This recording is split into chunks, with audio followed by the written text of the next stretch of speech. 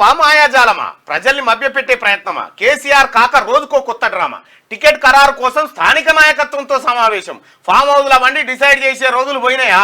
సమస్యలు అంటుండు, జనం అంటుండు. ఇన్నేళ్ళు సోయి ఆడికి పోయిన తాత ప్రజల్లోకి పోయి డ్రామాలు చేస్తే నమ్ముతారా? నువ్వు చేసిన పాపాలన్నీ ఇన్ని కావు. జైలుకు పోవడం ఖాయమని పసిగట్టిండి. అందుకే సింపతి కొట్టేందుకు ఉద్యమం ముచ్చట్లు చెప్తా ఉన్నాడట కేసీఆర్ దగ్గర ఉన్న లలిత కళలు ఎవరి దగ్గర ఉండే. ఒకే ఒక్క ఓటమి కేసీఆర్ ద్వారా అహంకారాన్ని అణచివేసింది. ఒక్క ఓటమి 10 ఏళ్ల నియంతృత్వానికి చెక్ పెట్టింది. 100 గొడ్లను తిన్న రాబందు ఒక్క గాలివానకు చనిపోయింది అన్న చందంగా 10 ఏళ్ల పాటు అవినీతికి, అరాచకానికి కేర్ ఆఫ్ అడ్రస్ గా నిలిచిన కల్వకుంట్ల కుటుంబం నిలువునా కూలిపోయింది.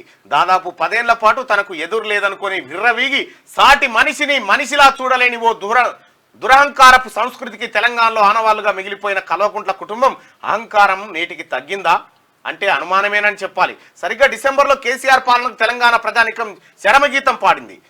ప్రభుత్వానికి పట్టం కట్టింది. దాదాపు 3 నెలలకు పైగా కేసీఆర్ ఓటమిని ఒప్పుకోలే, ప్రజా తీర్పును స్వాగతించలే. పైగా ప్రజల ముందుకు వచ్చేందుకు అహంకారం అడ్డొచ్చి అడ్డమైన కథలు పడ్డాడు. కానీ ఎంపీ ఎలక్షన్లు రాగానే రోజుకో కొత్త డ్రామాకు తెరలేపుతూ ప్రజల మధ్య తిరిగేందుకు ప్రయత్నిస్తున్నాడు. కానీ కేసీఆర్ కాక నిన్ను నమ్మేంత అమాయకులమేం కాదు ఈ తెలంగాణ ప్రజలు. నువ్వు 10 ఏళ్ల పాటు చెప్పుకోలేని పాపాలు చేసినావు. అందిన కాడికి ప్రజల సొమ్ము దండుకున్నావు. ఓవైపు ప్రజలు అరికోసలు పడుతుంటే పెడసెగిన పెట్టి ఫామ్ హౌస్లో పడుకున్నావు.